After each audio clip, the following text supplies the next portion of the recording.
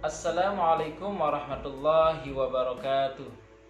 Alhamdulillahirabbil alamin. Allahumma shalli ala sayidina Muhammad wa ala sayidina Muhammad. Rabbi shrah li sadri wa yassir li amri wahlul 'uqdatam min lisani yafqahu qawli. Amma ba'du. Apa kabar anak-anak? Alhamdulillah pada hari ini kita bertemu kembali di pelajaran SKI yang mana insyaallah hari ini kita akan bahas sifat-sifat mulia Nabi Muhammad SAW. Jadi diharapkan anak-anak wajib mengetahuinya ya, karena sebagai seorang muslimin wajib mengetahui sifat-sifat wajib bagi Nabi dan Rasul. Tapi sebelum itu mari kita berdoa dulu nak ya, semoga ilmu yang kita pelajari ini barokah, bermanfaat dan kalian menjadi anak yang sukses di dunia wal akhirah. Al-Fatihah. Doa selesai. Nah, sifat-sifat Nabi Muhammad SAW. Nah, bukan hanya Nabi Muhammad SAW yang sebenarnya memiliki sifat ini, tapi seluruh Nabi dan Rasul harus memiliki 4 sifat ya, yang wajib kita ketahui sebagai seorang Muslim yang sudah balik ya. Ini wajib diketahui ya. Yang pertama apa? Yang pertama namanya adalah sidik. Sidik ini berasal dari bahasa Arab yang berarti jujur atau benar.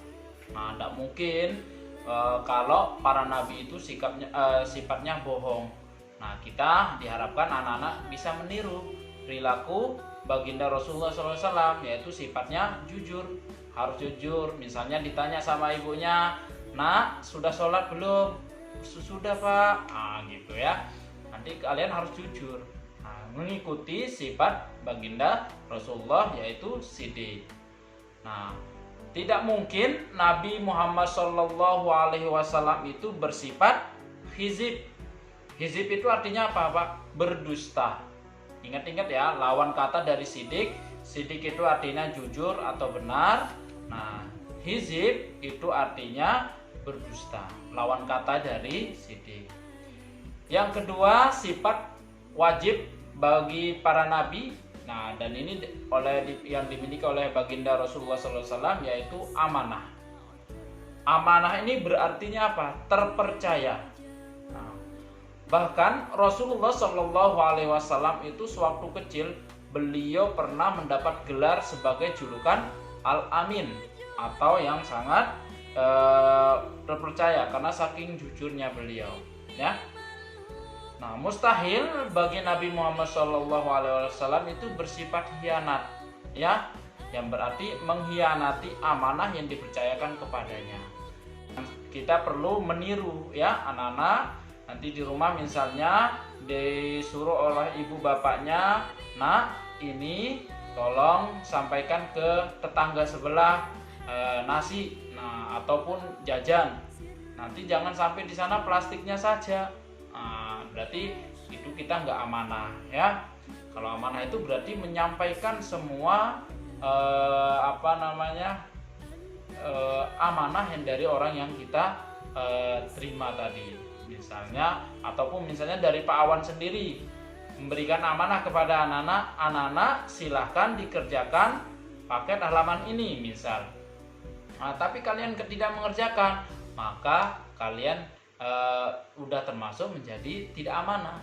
Nah, itu harus kita tiru ya, yang sifatnya baginda Rasulullah yaitu sidik dan amanah. Tadi dua ya, sidik, amanah. Amanah itu artinya terpercaya. Sedangkan lawan dari amanah adalah khianat, ya.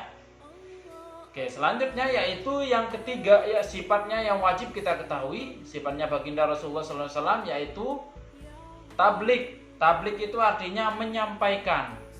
Nah, ketika Rasulullah SAW itu mendapatkan wahyu, maka beliau berkewajiban menyampaikan perintah, misalnya perintah sholat, perintah ataupun perintah bersifat larangan, ya, maupun misalnya jangan berjudi, ya, dan sebagainya, ya. Nah, tidak mungkin mustahil Nabi Muhammad SAW itu bersifat khidman. Nah, ini ingat ya, lawan kata dari tabligh. Ya, tabligh itu lawan katanya khidman atau menyembunyikan pesan. Ya, menyembunyikan. Nah, masing-masing punya lawan kata. Misalnya gendut lawannya kurus ya. Terus kayak tadi sidik lawan katanya hizib. Nah, amanah lawan katanya khianat. Nah, tablik lawan katanya khitman, yang berarti menyembunyikan pesan ya. Yang terakhir yaitu fatonah. Nah, fatonah ini apa nak? Fatonah itu artinya bijaksana atau cerdas. Nah, Nabi Muhammad SAW memiliki EQ atau kecerdasan di atas rata-rata ya.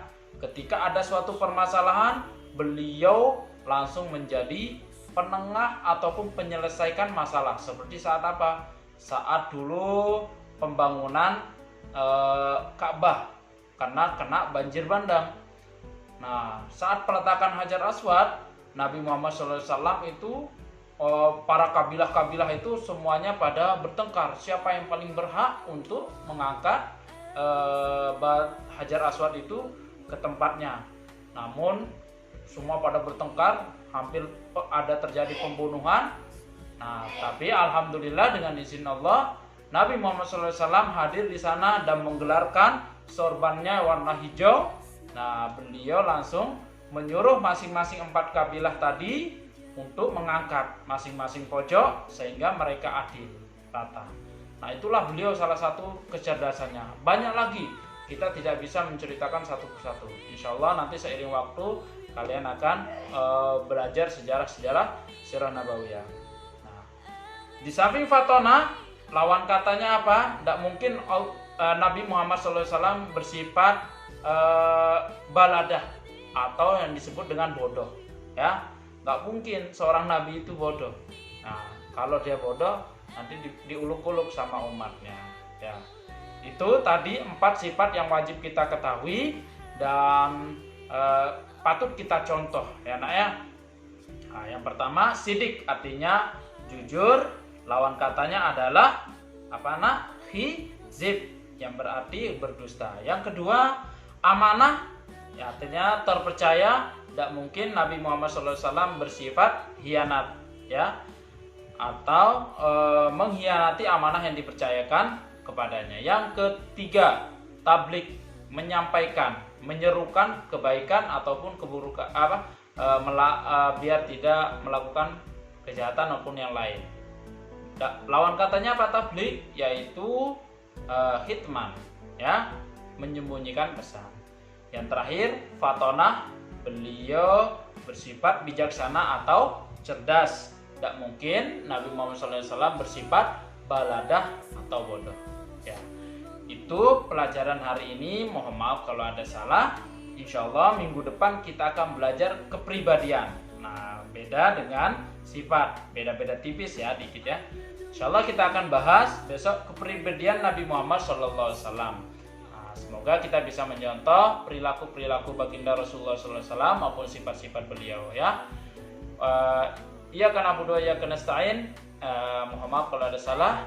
Ila liqa ma'assalamah. Assalamualaikum warahmatullahi wabarakatuh.